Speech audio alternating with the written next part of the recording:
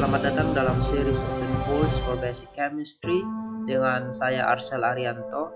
Pada kesempatan kali ini saya akan membahas materi kimia dasar, yaitu tentang stoichiometry, mass relationship in chemical reaction, yaitu membahas mengenai hubungan massa atau kuantitas massa di dalam sebuah reaksi kimia. Materi ini merupakan salah satu materi yang penting di dalam kimia dasar untuk bagaimana kita memahami proses yang terjadi dalam reaksi kimia dari aspek kuantitatif. Ada beberapa poin yang akan saya bahas di dalam kesempatan kali ini. Yang pertama yaitu massa atom, kemudian yang kedua massa atom rata-rata atau massa atom relatif, kemudian yang ketiga kita akan membahas konsep mol, massa molar, dan massa molekul atau molecular mass. Kemudian yang keempat kita akan sedikit membahas atau brief information about mass spektrometer massa. Kemudian yang kelima kita akan membahas mengenai persen komposisi dan rumus empiris. Yang keenam di situ terdapat pembahasan mengenai reaksi kimia dan juga persamaan kimia. Yang ketujuh yaitu jumlah reaksi dan produk dalam jumlah reaktan dan produk dalam suatu reaksi kimia. Dan yang terakhir saya akan membahas mengenai reaksi pembatas dan juga hasil reaksi atau percent yield. Nah, kita langsung saja pada poin yang pertama, yaitu pada sub materi tentang massa atom. Nah, massa atom ini menyatakan kuantitas atau jumlah daripada entitas penyusun atom seperti proton, kemudian neutron, dan juga elektron, yang mana massa-massa ini dinyatakan di dalam atomic mass unit atau satuan massa atom AMU, di mana satu satuan massa atom atau satu AMU itu atomic mass unit itu merupakan didefinisikan sebagai 1/12 dari massa satu atom isotop karbon C12. Satu atom C12 ini memiliki 6 proton dan juga 6 neutron. Artinya bahwa satu SMA atau satu AMU ini, atomic mass unit ini, menyatakan massa dari satu entitas penyusun isotop karbon 12, yaitu proton atau neutron. Nah, dengan kita menyatakan atom C12 ini sebagai standar untuk menentukan massa daripada atom, itu kita bisa menentukan massa atom dari unsur-unsur lain. Massa atom dari unsur-unsur lain relatif terhadap massa atom dari C12 atau isotop karbon 12. Nah, mengapa atom karbon 12 ini dipakai sebagai standar dalam penentuan massa atom? Di sini yang pertama alasannya karena memang kelimpahan karbon di alam itu sangat tinggi.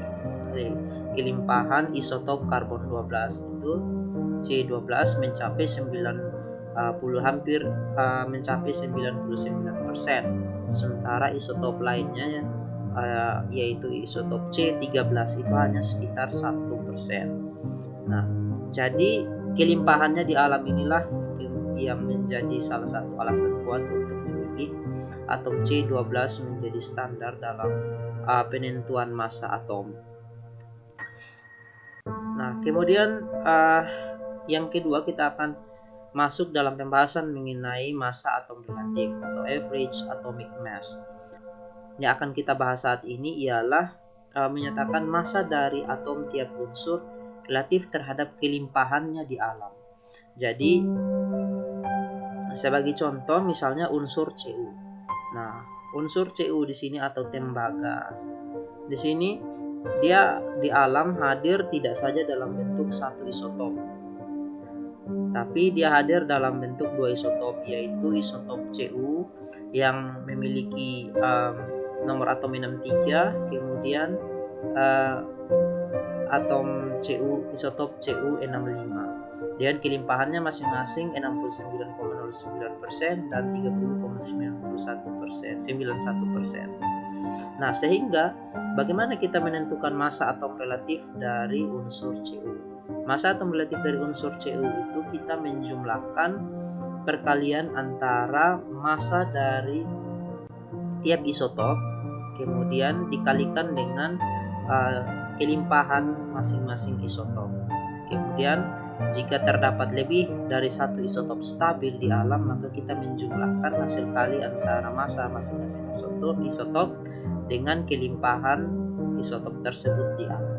Sehingga kita bisa menentukan di sini massa atom relatif dari Cu itu kelimpahannya 69,09%, kita kalikan dengan massa isotopnya yaitu sekitar 62,93, ditambahkan dengan isotop yang kedua yaitu 64,93 dikalikan dengan kelimpahannya yaitu 30,91%, sehingga kita memperoleh massa atom relatif dari unsur tembaga yaitu sebesar 63,5 atomic mass unit atau AMU.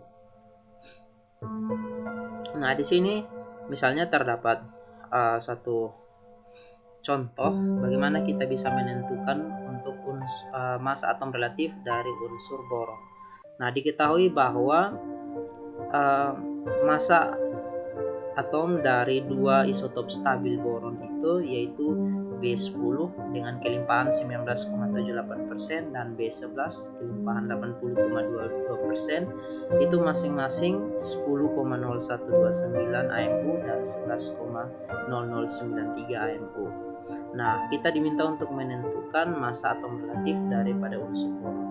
Jadi di sini terdapat dua buah isotop stabil. Yang pertama yaitu B10, kemudian yang kedua ada B11 yang kelimpahannya masing-masing 19,78% dan 80,22%, sehingga kita bisa mencari massa atom relatif itu dengan mengalihkan massa isotop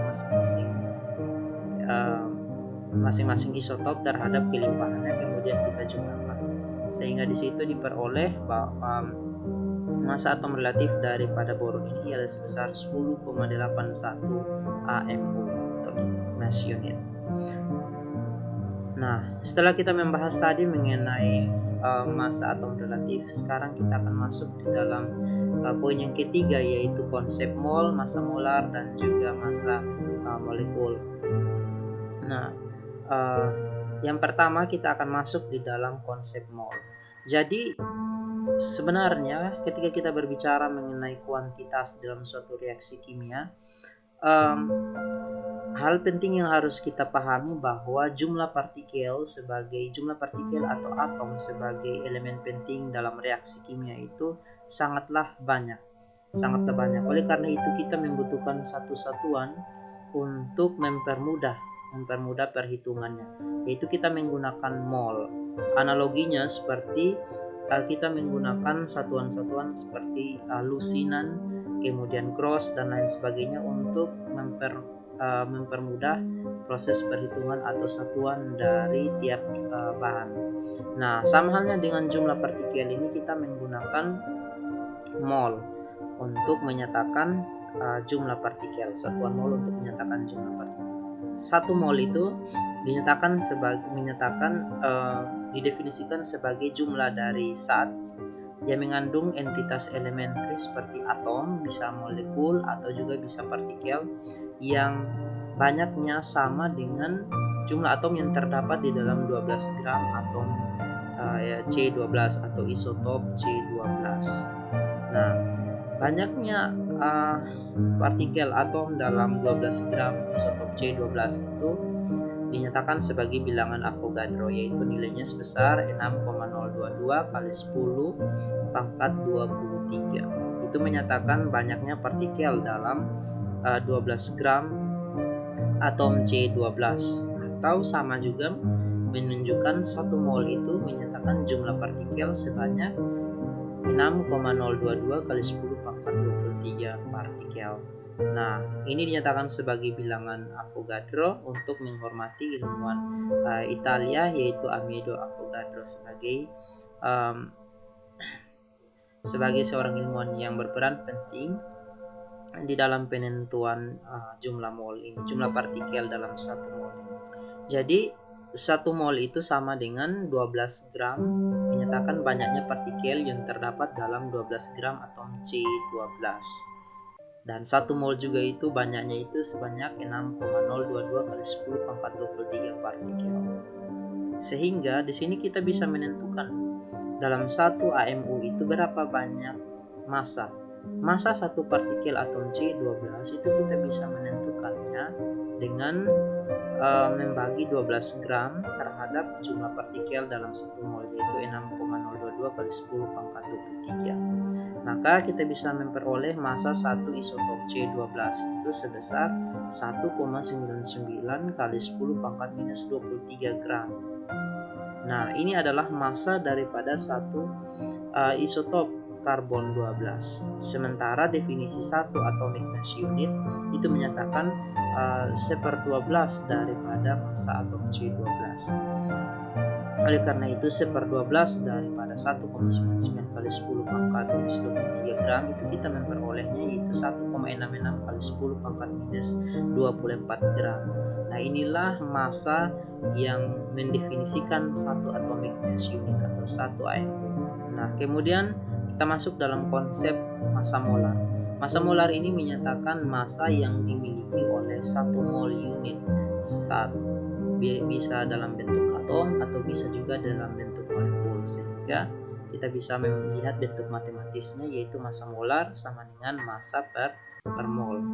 Nah, di sini terdapat bagan yang dapat kita gunakan untuk mempermudah bagaimana kita mengkonversi. Misalnya kita ingin mengkonversi massa partikel menuju jumlah mol, atau kita ingin mengkonversi jumlah mol ke jumlah partikel. Yang pertama, jika kita ingin merubah massa dari partikel itu ke dalam jumlah mol, maka kita bisa membagikan massa tersebut terhadap massa atom relatif atau massa molekul relatif daripada zat tersebut. Sebaliknya, jika kita ingin mengubah jumlah mol ke massa, mengkonversi mol menjadi massa, maka kita mengkalikan jumlah mol tersebut terhadap massa atom relatif atau massa molekul relatif dari zat yang ingin kita tentukan massanya. Berikut, jika kita ingin mengubah jumlah mol menuju jumlah partikel, maka di sini molnya itu kita kalikan dengan bilangan Avogadro, karena 1 mol itu dinyatakan banyak partikel sebesar 6,022 kali 10 pangkat 23 atau molekul. Sebaliknya juga, jika kita ingin merubah jumlah partikel ke satuan mol, maka kita hanya membagikan jumlah partikel tersebut terhadap bilangan Avogadro. Nah, di sini terdapat salah satu contoh soal atom helium ini dinyatakan memiliki massa 6,446 gram. Kita diminta untuk menentukan berapa banyak mol dan partikel di dalam atom helium sebanyak 6,46 gram tersebut. Nah, yang pertama kita menentukan mol. Jika kita ingin menentukan jumlah mol dari massa yang diketahui, maka kita perlu membagikan massa tersebut terhadap massa atom relatif atau massa molekul relatif daripada unsur atau molekul yang ingin kita tentukan molnya. Di sini adalah atom helium memiliki massa atom relatif itu sebesar 4,003 AMU. Maka kita untuk menentukan jumlah molnya, massanya itu sebesar 6,46 gram, kita bagikan terhadap massa atom relatif daripada helium sehingga diperoleh molnya yaitu 1,614 mol. Selanjutnya, jika kita ingin melanjutkan sampai menentukan jumlah partikel daripada helium sebesar 6,46 gram, maka jumlah mol tersebut tinggal kita kalikan terhadap bilangan Avogadro, karena 1 mol itu jumlah partikelnya itu sebanyak 6,022 kali 10 pangkat 23, sehingga untuk 1,614 mol itu kita memperoleh sebanyak 9,72 kali 10 pangkat 23 partikel. Selanjutnya di sini kita akan belajar mengenai penentuan massa molekul atau massa molekul relatif. Nah, massa molekul ini merupakan jumlah dari massa atom atau massa atom relatif di dalam satuan AMU dalam suatu molekul. Sebagai contoh misalnya massa molar dari senyawa itu, senyawa H2O itu sebesar 18,02 mQ. Nah, bagaimana kita menentukan massa molekul relatif dari massa atom relatif? Misalnya kita ingin menentukan massa molekul relatif dari satu molekul, maka data yang kita perlukan ialah massa atom relatif dari tiap-tiap atom penyusun molekul tersebut. Kemudian dari massa atom relatif dari tiap unsur kita kalikan terhadap indeks yang menyatakan jumlah atom dalam satu molekul tersebut. Kemudian kita jumlahkan. Sebagai contoh di sini terdapat dua buah molekul yang dapat akan kita tentukan massa molekul relatif, yaitu sulfur dioksida dan juga kafein. Sulfur dioksida SO2. Di situ kita melihat bahwa dalam satu molekul SO2 terdapat satu atom S dan dua atom O. Sehingga untuk menentukan Mr dari SO2 itu AR dari S kita kalikan terhadap indeks dari S yaitu 1. Kemudian AR dari oksigen ini kita kalikan terhadap indeks dari oksigen yaitu 2. Maka di sini kita bisa menentukan massa molekul relatif daripada SO2 itu sebesar 4,07 mQ. Demikian halnya juga dengan kafein, yaitu C8H10NM4O2. Semua atom-atom unsur itu massa molekul relatifnya kita kalikan terhadap indeks. Misalnya karbon, di situ dalam satu molekul kafein terdapat 8 atom karbon. Maka AR daripada karbon kita kalikan terhadap 8, kemudian unsur-unsur lainnya juga sama, seperti hidrogen kita kalikan dengan 10, kemudian nitrogen kali 4 dan oksigen kali 2. Sehingga hasil penjumlahannya ini menyatakan massa molekul relatif daripada kafein atau C8H10NM4O2 yaitu sebesar 94,20 atom magnesium. Nah, jadi itu cara kita untuk menentukan massa molekul relatif, yaitu total atau penjumlahan dari massa atom relatif. Nah, di sini kita akan masuk dalam pembahasan poin yang keempat, yaitu spektrometer massa. Spektrometer massa ini merupakan sebuah instrumen yang atau sebuah alat dalam kimia analisis untuk menentukan massa atom dan juga massa daripada molekul. Kemudian juga bisa menentukan misalnya massa daripada isotop tertentu. Nah, di sini saya akan menjelaskan secara umum bagaimana mekanisme skematik mekanisme kerja daripada spektrometer massa ini secara umum dalam penentuan massa atom atau massa daripada molekul. Jadi, spektrometer massa ini secara umum itu dioperasikan di dalam tabung vakum. Artinya gas-gas tersebut yang ada di dalam instrumen ini telah divakumkan untuk menghindari terjadinya reaksi sampingan atau misalnya reaksi oksidasi ketika proses analisis itu dilakukan. Nah, akan mengganggu proses analisis. Jadi ini adalah tabung yang telah divakumkan, kemudian beberapa komponen lainnya misalnya terdapat medan magnet, elektromagnet, juga terdapat misalnya filamen dan kemudian ada anoda. Filamen dan anoda ini dihubungkan dengan sumber arus listrik bertegangan tinggi untuk memproduksi aliran elektron atau untuk memproduksi elektron-elektron yang akan dipakai untuk mengionisasi sampel yang akan kita analisis. Jadi langsung saja yang pertama, sampel yang akan kita analisis massa atom atau massa molekulnya itu kita ubah ke dalam bentuk gas. Jadi harus melalui proses atomisasi untuk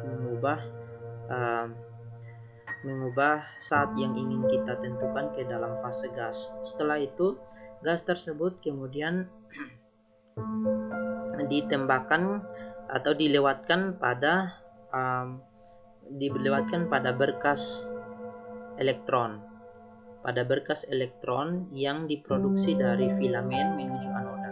Jadi elektron ini dihasilkan dari filamen menuju anoda karena diekstraksi dengan menggunakan tegangan tinggi, sehingga di sini terdapat aliran elektron yang berpindah dari tegangan yang tinggi ke tegangan yang rendah.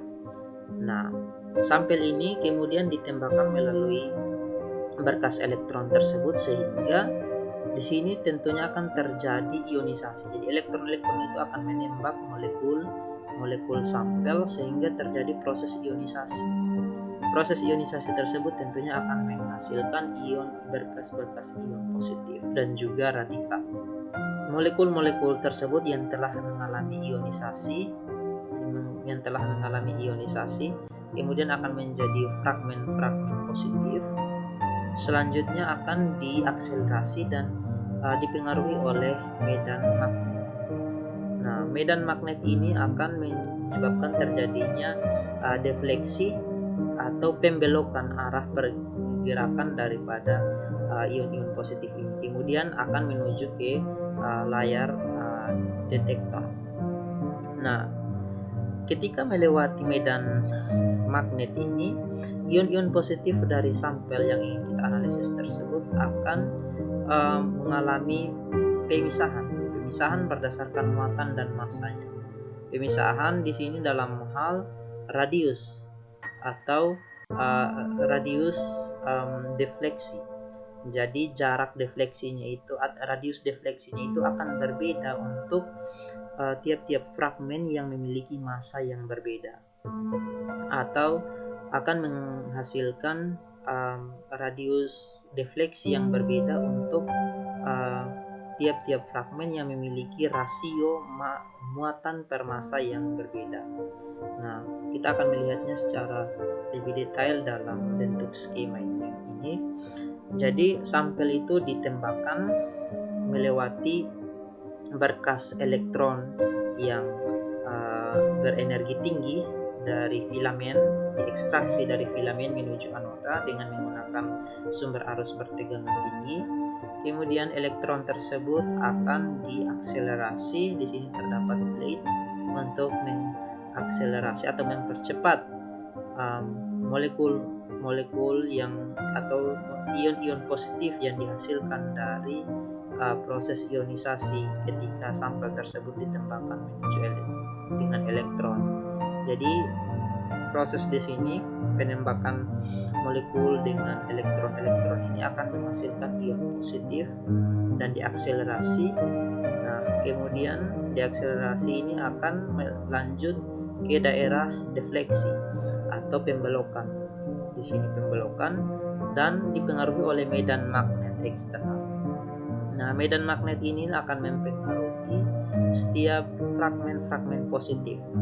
Nah, ion dengan massa yang besar itu akan cenderung memiliki radius defleksi yang relatif lebih besar dibandingkan dengan ion yang memiliki massa yang lebih kecil.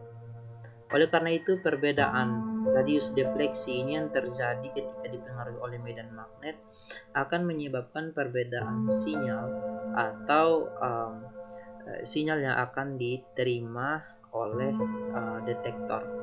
Jadi berkas ion ini akan selanjutnya diteruskan menuju detektor, dan di detektor inilah kita akan muatan-muatan daripada fragmen tersebut akan diubah menjadi sinyal untuk menentukan massa daripada tiap fragmen yang hadir.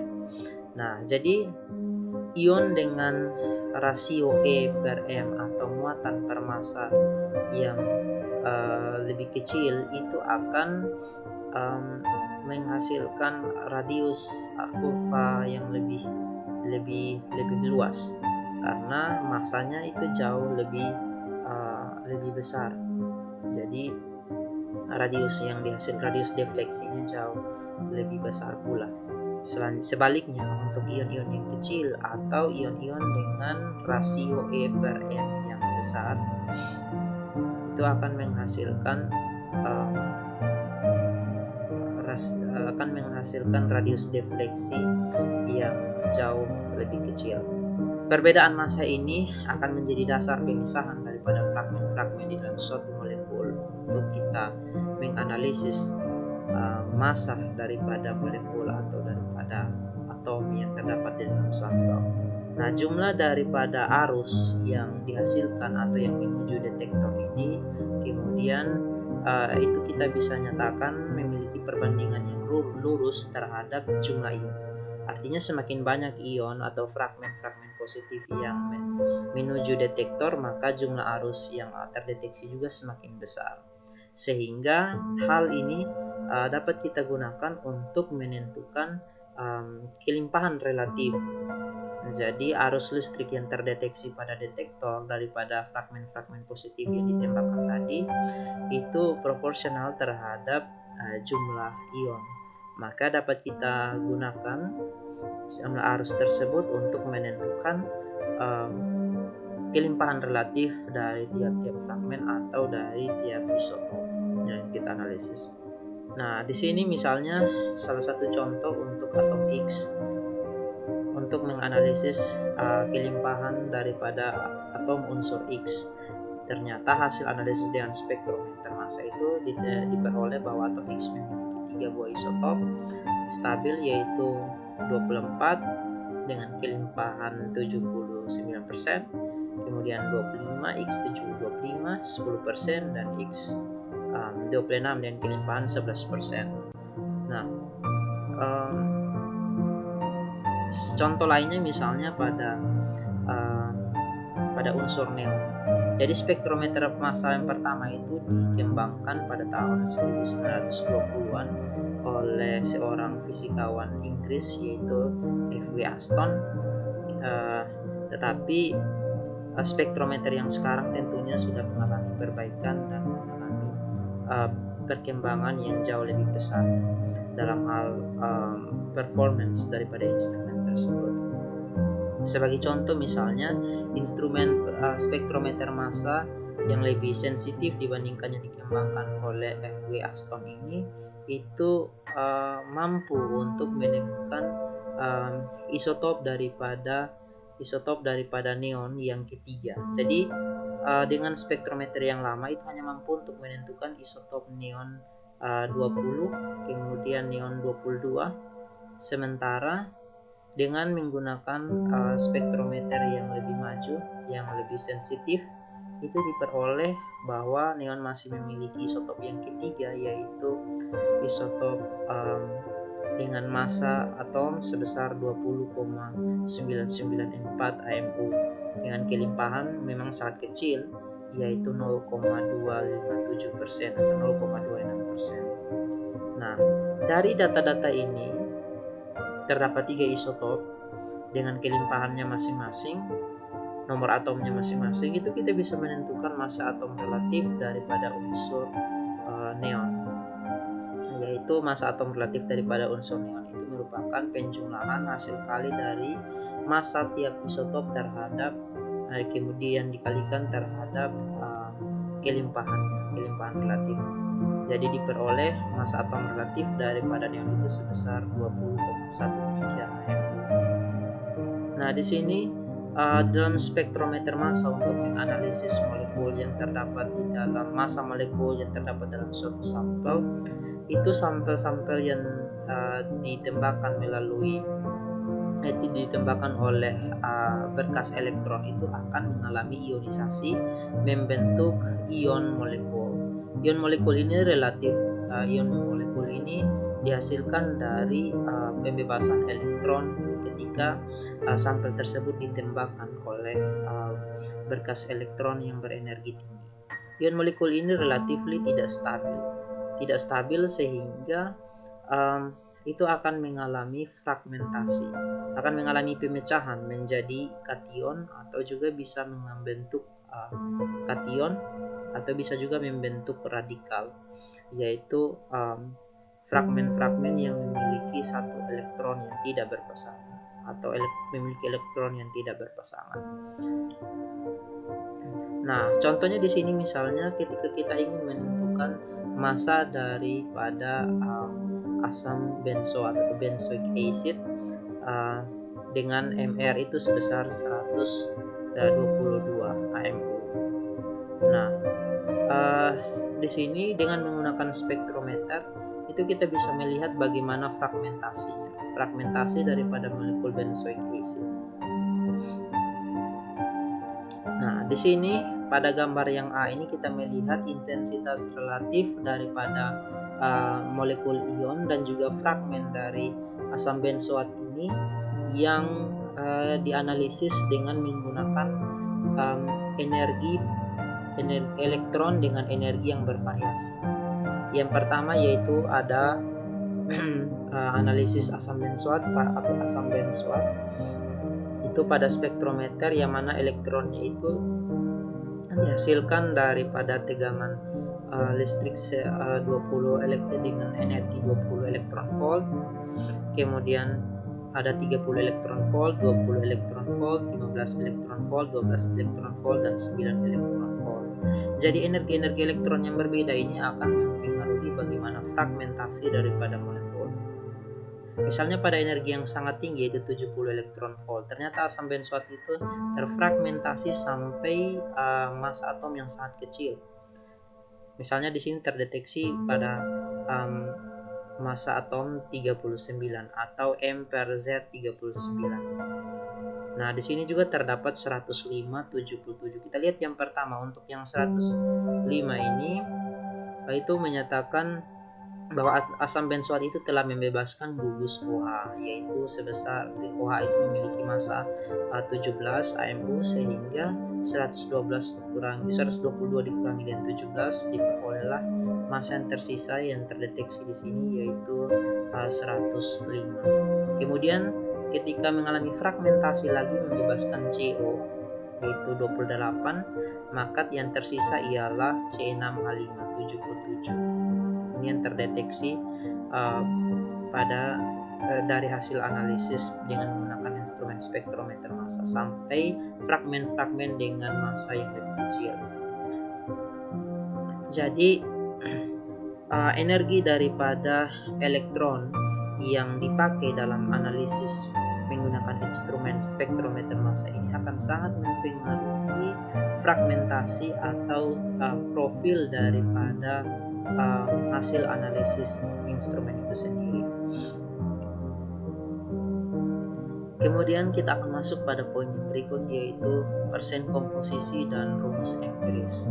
Nah, persen komposisi daripada unsur ini itu kita bisa menentukan dari rasio antara massa tiap unsur dikalikan dengan indeksnya, kemudian kita dibagi terhadap massa molar daripada senyawa adalah daripada molekul dikalikan 100%. Nah, sebagai contoh misalnya di sini terdapat phosphoric acid H3PO4. Kita diminta untuk menentukan persen komposisi dari tiap unsur, yaitu hidrogen, fosfor, dan oksigen. Misalnya yang pertama yaitu untuk hidrogen. Hidrogen ini dalam satu molekul H3PO4 itu terdapat 3 buah atom hidrogen. Sehingga persen komposisi daripada H itu kita bisa menentukan dengan 3 kali AR daripada hidrogen, kemudian dibagi MR H3PO4 yaitu 98,024, kemudian kita kalikan 100%, sehingga diperoleh persen komposisi hidrogen dalam molekul H3PO4 ialah sebesar 3,085%. Demikian juga dengan unsur-unsur yang lain. Jadi fosfor indeksnya 1 karena dalam satu molekul H3PO4 artinya terdapat 1 atom fosfor. Kemudian oksigen, di situ terdapat 4 atom oksigen dalam satu molekul H3PO4. Nah, yang berikut kita akan membahas mengenai rumus empiris. Nah, rumus empiris ini menyatakan rasio mol yang paling sederhana daripada atom-atom yang terdapat di dalam satu molekul. Contohnya misalnya dalam molekul C6H12O6 itu rasio yang paling sederhananya misalnya semua indeks kita bagi dengan 6, maka rumus empirisnya itu sebesar CH2O. Nah, ini menyatakan rasio yang paling sederhana daripada atom-atom di dalam satu molekul. Nah, bagaimana kita menentukan rumus empiris daripada satu molekul jika misalnya diketahui persen masanya. Jadi persen massa itu yang pertama kita rubah menjadi massa daripada tiap unsur. Kemudian kita ubah ke mol daripada tiap unsur. Jadi setelah ditentukan massa daripada tiap unsur dalam satu molekul, kita ubah ke mol daripada tiap unsur dengan cara membagi massa tersebut dengan massa atom relatif daripada tiap unsur yang terdapat di dalam senyawa. Kemudian data mol dari tiap unsur kita bagikan terhadap data mol yang paling kecil, sehingga kita bisa memperoleh rasio mol daripada tiap unsur. Rasio mol daripada tiap unsur tersebut kita ubah ke bilangan bulat dengan cara mengalihkannya terhadap suatu bilangan tertentu. Jadi semua rasio mol tiap unsur itu kita kalikan dengan bilangan yang sama untuk memperoleh perbandingan dalam bentuk bilangan bulat dari tiap unsur. Nah, inilah yang akan menjadi rumus empiris daripada molekul. Sebagai contoh misalnya itu dalam molekul vitamin C atau dalam asam askorbat. Di situ dikatakan bahwa terdapat 40% karbon, 40,92% karbon, kemudian juga terdapat 4,58% hidrogen, 54,50% oksigen. Kita diminta untuk menentukan rumus empiris. Jadi yang pertama kita tentukan dulu bahwa persen massa tersebut kita ubah ke dalam bentuk gram. Selanjutnya massa-massa tiap unsur kita ubah ke dalam bentuk mol. Dengan cara massa tersebut kita bagikan terhadap massa atom relatif daripada tiap unsur. Setelah diperoleh dapat data mol daripada tiap unsur dalam molekul tersebut, kemudian kita mengubahnya terhadap perbandingan bilangan bulat, yaitu C3H4O3. Nah, inilah yang menjadi rumus empiris daripada molekul tersebut. Contoh lain di sini ialah CuFeS2 atau kalkoprit. Itu kita diminta untuk menentukan massa daripada tembaga di dalam 3,71 kali 10 pangkat 3 kg kalkoprit atau CuFeS2. Nah, ini artinya bahwa kita diminta untuk menentukan massa unsur yang terdapat dalam suatu senyawa dengan massa senyawanya itu telah diketahui. Maka yang pertama ialah kita membutuhkan data massa atom relatif daripada Cu. Kemudian kita kalikan dengan indeksnya karena Cu itu hanya terdapat satu atom Cu dalam satu molekul CuFeS2, sehingga 1 kali massa atom relatif dari Cu.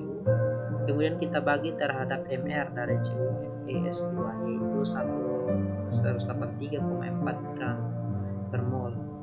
Setelah itu kita bagikan massa atom relatif Cu terhadap Mr daripada molekul, kemudian kita kalikan terhadap massa daripada CuFeS2, yaitu 3,71 kali 10 pangkat 3 pangkat 3 kg, dan diperolehlah massa Cu itu sebesar 1,285 kali 10 pangkat 3 kg. Yang berikut kita akan masuk di dalam poin mengenai reaksi kimia dan juga persamaan kimia. Reaksi kimia ini sebenarnya merupakan sebuah proses di mana zat atau senyawa itu berubah dari satu bentuk, dalam hal ini yaitu reaktan, menuju zat yang baru, yaitu produk. Sementara persamaan kimia itu merupakan penggunaan simbol-simbol kimia untuk menunjukkan apa yang sebenarnya terjadi selama proses reaksi. Jadi misalnya kita ingin menginterpretasi sebuah persamaan reaksi kimia sederhana, yaitu 2H2 bereaksi dengan O2 menghasilkan 2H2O. Di sini artinya jika kita ingin menginterpretasi sebagai molekul, di sini 2 molekul H2 bereaksi dengan 1 molekul oksigen O2 membentuk 2 molekul H2O. Jika kita menentukannya di dalam satuan mol atau jumlah partikel, maka di sini diinterpretasi sebagai 2 mol H2 bereaksi dengan 1 mol O2 itu membentuk 2 mol H2O. Jika kita ingin menghitungnya dalam bentuk massa, maka jumlah mol tersebut kita kalikan terhadap massa atom relatif atau massa molekul relatif daripada tiap-tiap spesies. Misalnya massa daripada H2 itu yaitu 2 mol dikalikan dengan Mr daripada H2 yaitu sebesar 2,02 gram, sehingga diperoleh massa H2 itu sebesar 4,04 gram. Demikian juga dengan oksigen dan juga H2O. Berikut kita akan masuk di dalam persamaan reaksi kimia. Spesifiknya bagaimana kita menyetarakan sebuah persamaan reaksi kimia. Jadi reaksi kimia itu tidak saja hanya aspek kualitatif dalam hal ini, yaitu simbol daripada unsur yang ada dalam suatu reaksi kimia, kemudian fasa daripada tiap molekul atau tiap zat yang hadir dalam suatu reaksi kimia, tetapi juga kita perlu untuk melihat aspek kuantitatif, menyatakan jumlah daripada molekul atau jumlah daripada spesies yang bereaksi di dalam suatu reaksi kimia. Oleh karena itu perlu untuk kita menyetarakan sebuah persamaan reaksi kimia untuk melihat aspek kuantitatif yang terjadi di dalam reaksi kimia. Nah, dalam penyetaraan reaksi kimia, salah satu hal yang perlu kita perhatikan ialah bahwa reaksi kimia itu harus sesuai dengan hukum kekekalan massa. Artinya jumlah unsur atau jumlah atom unsur yang hadir di dalam reaktan itu juga harus sama dengan jumlah atom unsur pada produk. Nah, misalnya begini, maksud saya misalnya dalam suatu reaksi kimia seperti ini, Fe2O3 bereaksi dengan H2SO4 menghasilkan Fe2SO4 3 kali dan H2O. Misalnya atom Fe-nya di sini terdapat 2 atom Fe dalam di reaktan. Oleh karena itu pada produk juga harus memiliki 2 atom Fe. Selanjutnya misalnya kita melihat di sulfur. S pada reaktan itu hanya terdapat 1 atom S, sementara pada produk itu terdapat 3 atom S.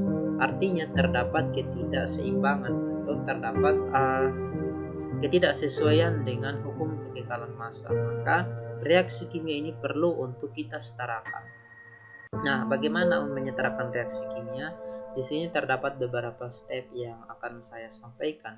Yang pertama yaitu kita perlu untuk mengidentifikasi spesies baik aspek kuantitatif dan kualitatif daripada reaktan dan juga produk. Jadi kita perlu melihat misalnya seperti yang barusan saya lakukan, yaitu kita melihat atom S misalnya di reaktan hanya terdapat 1 atom S, sementara pada bagian produk terdapat 3 atom S misalnya seperti itu. Kemudian oksigen pada reaktan itu terdapat 3 tambah 4 7 atom oksigen, sementara pada produk itu terdapat 12 tambah 1, jadi ada 13 atom oksigen. Jadi ini adalah reaksi kimia yang belum setara. Setelah mengidentifikasi aspek kuantitatif dan kualitatif daripada suatu reaksi kimia, kemudian kita identifikasi semua spesies dengan kita membuat simbol seperti koefisien tapi dalam bentuk huruf. Misalnya koefisien dari tiap spesies yang ada dalam reaksi kimia. Misalnya pada Fe2O3 kita tambahkan A, kemudian H2SO4 di depannya itu kita nyatakan dengan B, kemudian Fe2SO4 3 kali itu C. Setelah kita menentukan simbol daripada koefisien tiap masing-masing spesies, kemudian kita menulis persamaan bentuk aljabar atau kita jabarkan jumlah atom pada reaktan dan juga pada produk. Misalnya atom hidrogen. Atom hidrogen itu hadir dalam molekul H2SO4. Di situ terdapat 2. Dalam satu molekul H2SO4 terdapat 2 atom hidrogen. Artinya 2B, karena di sini kita simbolkan dengan B koefisien daripada H2SO4. 2B, kemudian pada produknya itu harus sama, makanya kita gunakan tanda sama dengan pada produknya itu 2D ya, karena hidrogen hadir dalam molekul H2O. Demikian unsur-unsur yang lain. Kemudian pada tahap yang keempat itu kita menentukan koefisien daripada molekul yang paling kompleks.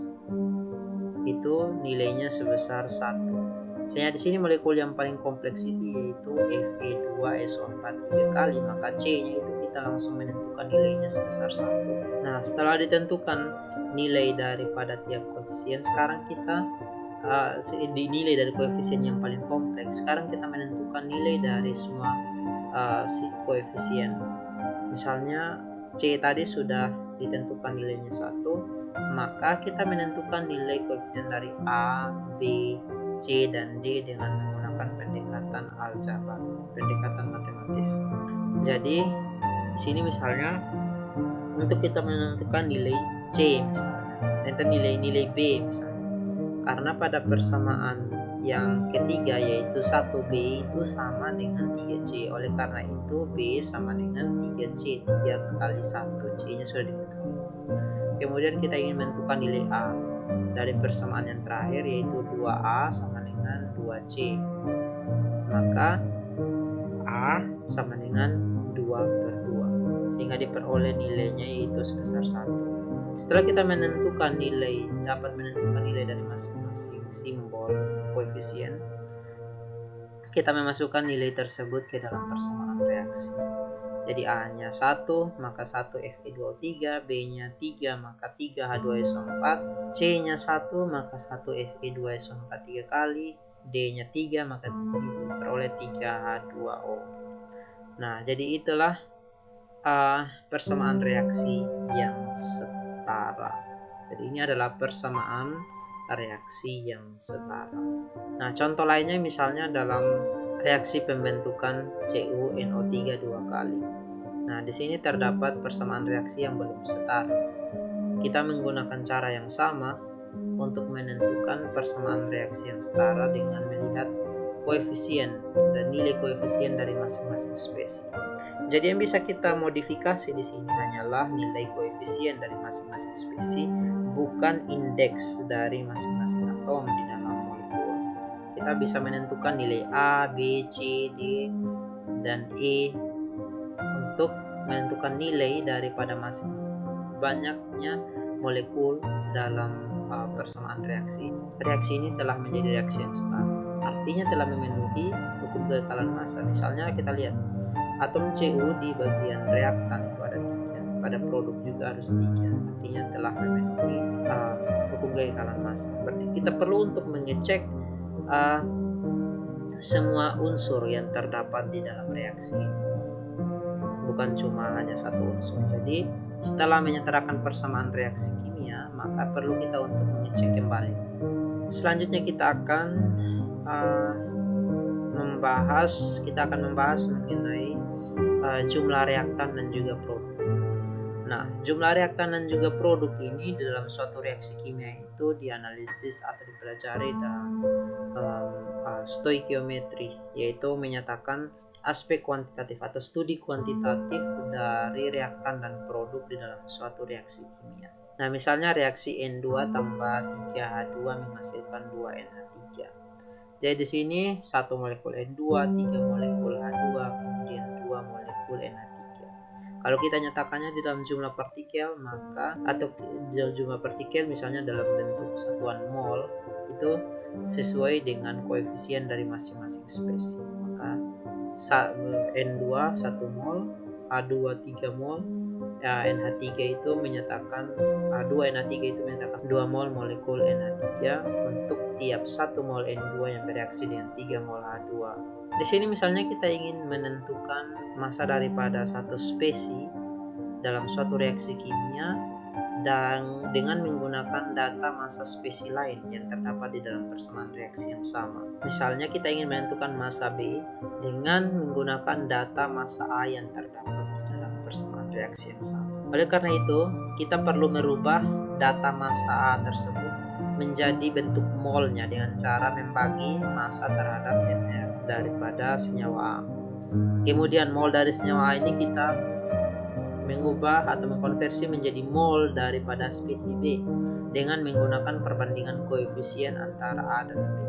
Maka di sini perlulah untuk menyetarakan persamaan reaksi terlebih dahulu sebelum melakukan operasi perhitungan jumlah massa spesies B yang ada dengan menggunakan data massa komponen A atau senyawa A.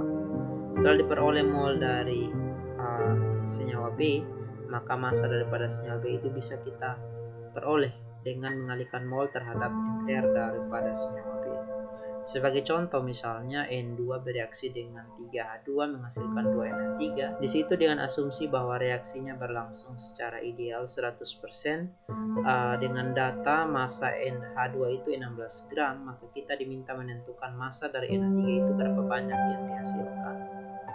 Nah, di sini kita mengubah massa daripada H2 ke mol, yaitu 16 gram dibagi dengan 2 mol, yaitu MR daripada H2, sehingga diperoleh 8 mol. Kemudian 8 mol daripada H2 kita rubah ke mol dari NH3 dengan menggunakan perbandingan koefisien, maka diperoleh mol daripada NH3 sebesar 5,3 mol. Massa daripada NH3 itu sudah bisa kita tentukan jika molnya telah diketahui, yaitu mol dikalikan dengan MR daripada NH3 diperoleh massa daripada NH3 itu sebesar 90,1 gram.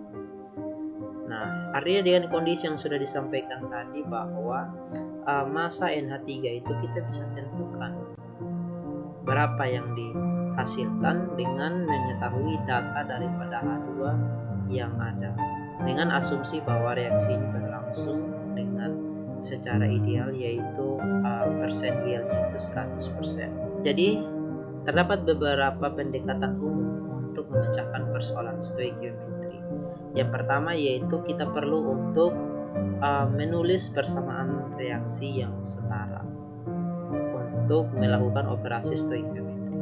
Kemudian kita mengkonversi jumlah daripada reaktan misalnya di dalam gram ke dalam bentuk mol. Nah, mol itu yang akan kita rubah ke dalam jumlah mol produk dengan menggunakan perbandingan koefisien, dan mol produk yang kita peroleh kita bisa konversi menuju massa daripada produk yang dihasilkan.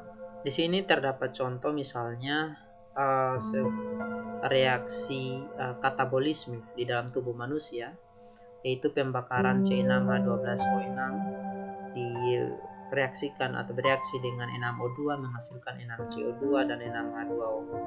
Nah, kita diminta untuk menentukan berapa massa dari CO2 yang dihasilkan dengan pembakaran 856 gram dari C6H12ON. Nah, di sini artinya yang pertama kita lakukan ialah kita mengubah massa daripada C6H12ON ini menuju mol daripada CO2, yaitu 856 gram glukosa tadi kita bagi terhadap MR-nya. Kemudian dengan menggunakan perbandingan koefisien kita merubah mol daripada glukosa tersebut menuju mol daripada CO2, sehingga diperoleh mol CO2 sebesar 28,3 mol.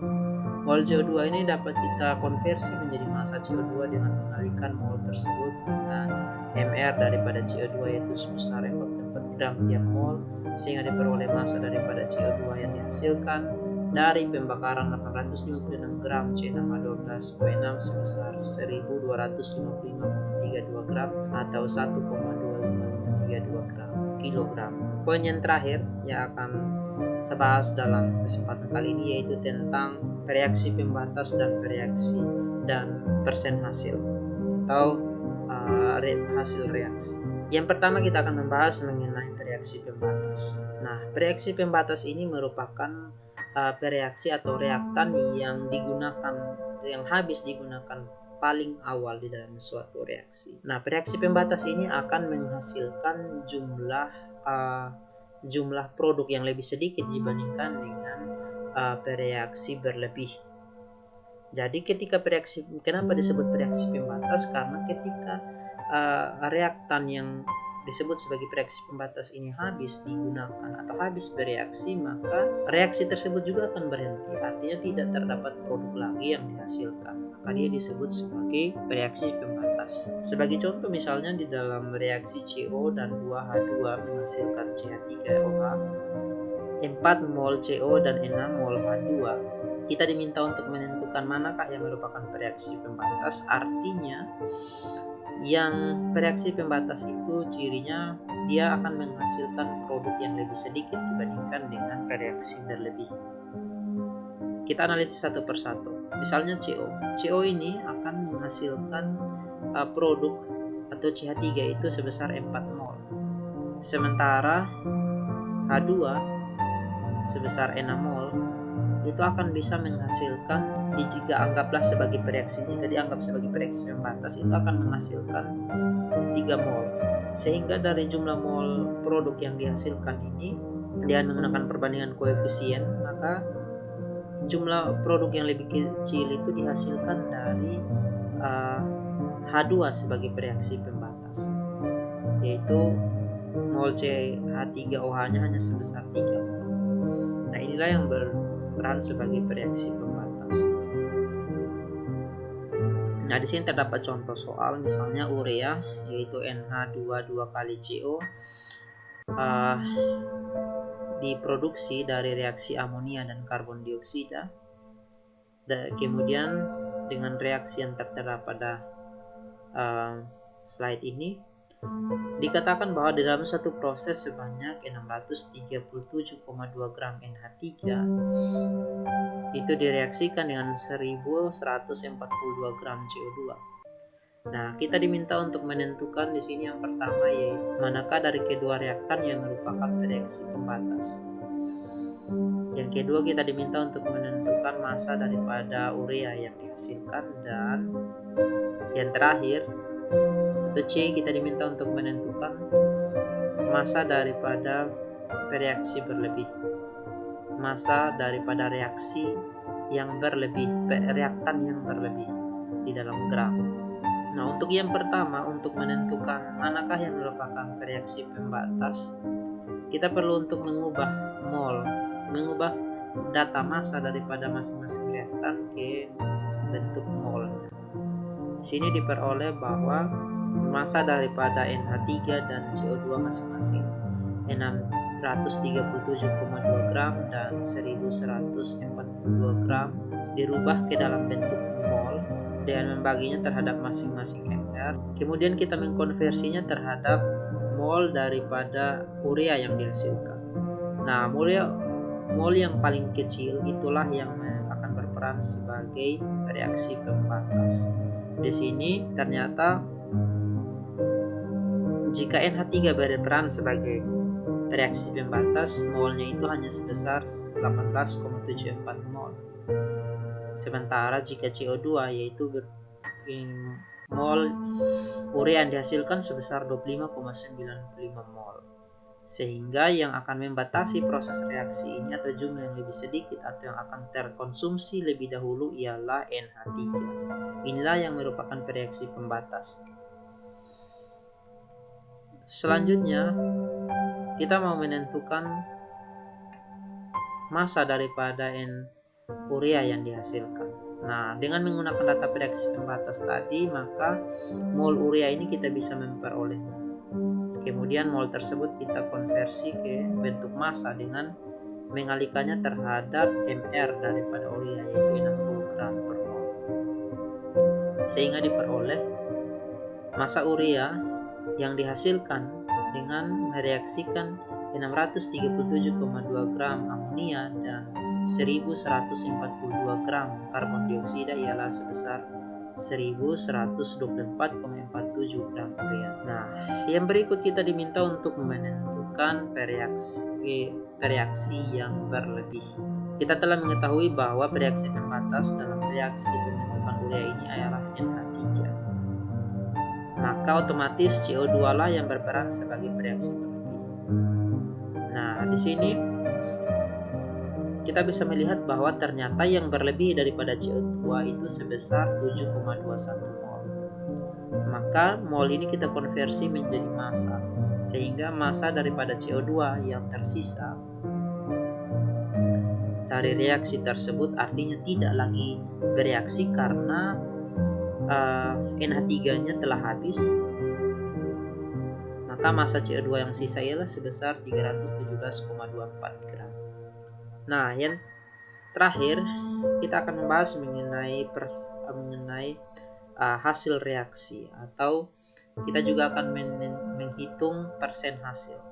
Hasil reaksi dalam hal ini yaitu kuantitas atau jumlah hasil reaksi itu tidak selamanya dalam bentuk ideal, atau maksudnya begini, tidak selamanya 100% daripada reaktan itu dirubah menjadi produk. Kadang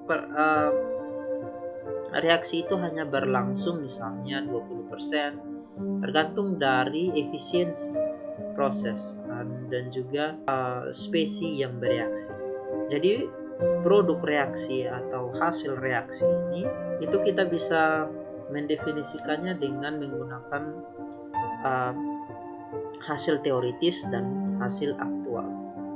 Hasil teoritis suatu reaksi itu merupakan jumlah produk yang akan dihasilkan jika, jadi ini penting asumsinya, jika semua reaksi pembatas itu bereaksi. Jika semua reaksi pembatas bereaksi atau dikonversi menjadi produk, maka itu akan menghasilkan theoretical yield atau hasil teoritis. Sementara ada pada kenyataannya reaksi-reaksi kimia itu ialah actual yield atau hasil aktual. Itu yaitu jumlah produk aktual yang diperoleh dari suatu reaksi. Umumnya tidak mencapai 100%. Oleh karena itu, untuk menentukan efisiensi suatu reaksi, kimiawan itu biasanya menyatakannya dalam persen hasil. Persen hasil ini menyatakan rasio daripada hasil aktual terhadap hasil teoretik dikalikan dengan 100. Di sini terdapat contoh, misalnya pada reaksi titanium dengan lelehan magnesium. Di dalam sebuah operasi industri tertentu, titanium tetraklorida sebanyak 3,54 kali 10 pangkat 7 gram itu direaksikan dengan magnesium sebanyak 1,13 kali 10 pangkat 7 gram. Kita diminta untuk menentukan hasil teoritis daripada titanium produknya dalam bentuk gram, satuan gram. Yang kedua, kita diminta untuk menentukan persen hasil. Jika yang dihasilkan secara aktual titanium itu hanya sebanyak 7,91 kali 10 pangkat 6 gram. Yang pertama, untuk menentukan theoretical yield atau hasil teoritis dari TI, itu kita perlu untuk menentukan reaksi pembatas. Reaksi pembatas ditentukan dengan melihat jumlah mol. Jumlah mol dari masing-masing reaktan itu TiCl4 dan NiCl. Nah, setelah kita mengetahui bahwa ternyata TiCl4 lah yang berperan sebagai reaksi pembatas dengan mol sebesar 1,866 kali 10 pangkat 5 mol, maka dengan menggunakan perbandingan koefisien mol dari TiCl4 ini, kita rubah menjadi mol daripada Ti. Nah, mol daripada Ti ini juga dengan mengasumsikan bahwa reaksi pembatas bereaksi 100%, maka mol dari Ti ini juga sama dengan mol daripada TiCl4 karena koefisiennya sama-sama 1. Oleh karena itu, mol dari TiCl4 yang dihasilkan secara teoritis dengan asumsi bahwa reaksi pembatas bereaksi 100% dapat kita tentukan sebesar 1,866 kali 10 pangkat 5. Sehingga massa daripada titanium itu kita bisa tentukan dengan mengalihkan mol terhadap air daripada Ti. Selanjutnya kita diminta untuk menentukan persen hasil. Jika ternyata massa aktual Ti yang dihasilkan itu sebesar 7,91 kali 10 pangkat 6 gram. Nah, persen hasil ini sama dengan massa aktual dibagi dengan massa teoritis dikalikan 100%. Massa teoritis yang kita peroleh tadi yaitu sebesar 8,9 kali 10 pangkat 6 gram. Itu dibagi dari massa aktual yaitu 7,91 kali 10 pangkat 6. Pangkat 6 ini sahabat pemirsa. Kemudian kita kalikan terhadap 100% sehingga diperoleh bahwa persen hasil itu ternyata hanya 88,88%. Artinya tidak 100% produk itu dirubah menjadi tidak 100% reaktan dirubah menjadi bromur. Hanya sebesar 88,8%. 88%. Nah, ini terdapat contoh lain, misalnya reaksi antara H3PO4 dan NaOH, reaksi asam basa menghasilkan Na3PO4 dan H2O. Jika persen hasil sebesar 80%, maka tentukan jumlah Na3PO4 yang terbentuk dari 11,25 mol H3PO4 dan 40 mol NaOH. Nah, di sini H3PO4-nya telah diketahui molnya, kemudian NaOH-nya diketahui molnya. Maka yang akan menjadi reaksi pembatas di sini ialah H3PO4 karena dia akan habis terpakai lebih dulu dibandingkan dengan NaOH. Nah, mol dari pada H3PO4 ini yaitu sebesar 11,25 mol. Maka dengan perbandingan koefisien secara teoritis mol dari Na3PO4 yang dihasilkan itu juga sama. Karena secara teoritis, tapi secara aktual yang dihasilkan itu hanya 80%. Maka jumlah Na3PO4 ini juga hanyalah 80% dari 11,25 mol, yaitu diperoleh hanya sebesar 9 mol. Jadi hanya 9 mol Na3PO4 yang diperoleh dari reaksi H3PO4 sebanyak 11,25 mol sebagai reaksi pembatas. Dengan persen hasilnya itu 80%. Contoh lain, kita kembali menentukan rumus molekul dan juga rumus empiris dari suatu senyawa. Misalnya anilin sebagai bahan baku pembuatan plastik itu mengandung unsur C, H, dan N. Nah, hasil pembakaran senyawa tersebut jadi ini dianalisis menghasilkan senyawa CO2, H2O, dan N2. Jika pembakaran 7,91 gram anilin menghasilkan 6,63 gram H2O dan 1,46 gram N2, kita diminta menentukan rumus empiris daripada anilin serta rumus molekul senyawa tersebut. Jika diketahui massa molar anilin itu 93 gram per mol. Maka langkah yang pertama, kita mengubah data massa daripada senyawa ini ke dalam bentuk mol dari masing-masing unsur yang terdapat di dalam anilin. Yaitu kita mencari mol karbon, mol hidrogen, dan mol nitrogen. Mol hidrogen ini kita bisa menentukannya dari massa H2O yang telah diketahui, yaitu 6,63 gram. Sehingga kita bisa mencari mol daripada H2 dengan menggunakan persamaan persen komposisi.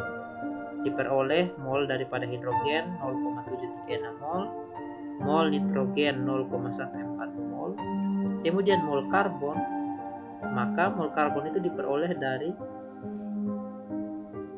massa total anilin dikurangi dengan massa hidrogen dan juga massa nitrogen, sehingga diperoleh massa daripada karbon di dalam anilin ini sebesar 7,508. Nah, massa-massa dari tiap unsur yang terdapat dalam anilin kita rubah ke dalam bentuk mol untuk melihat bagaimana perbandingan mol dari tiap-tiap unsur dalam senyawa tersebut. Perbandingan mol ini kita bisa menentukannya sebagai rumus empiris, yaitu C banding H banding N sebesar 6 banding 7 C banding H banding N sebesar 6 banding 7 banding 1. Sehingga rumus empirisnya ialah C6H7O. Nah, untuk menentukan rumus molekul, kita perlu untuk mencari faktor X atau faktor pengali. Faktor X ini ialah hasil pembagian massa molekul relatif dibagi massa molekul relatif dari struktur empiris atau rumus empiris.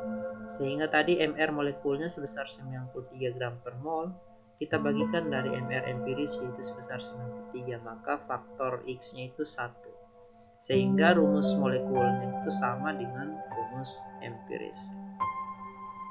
Maka rumus molekul dan rumus empiris daripada senyawa anilin yang mengandung unsur CH dan nitrogen yaitu sebesar C6H7N. Demikian yang saya sampaikan pada kesempatan ini, semoga bermanfaat. Terima kasih.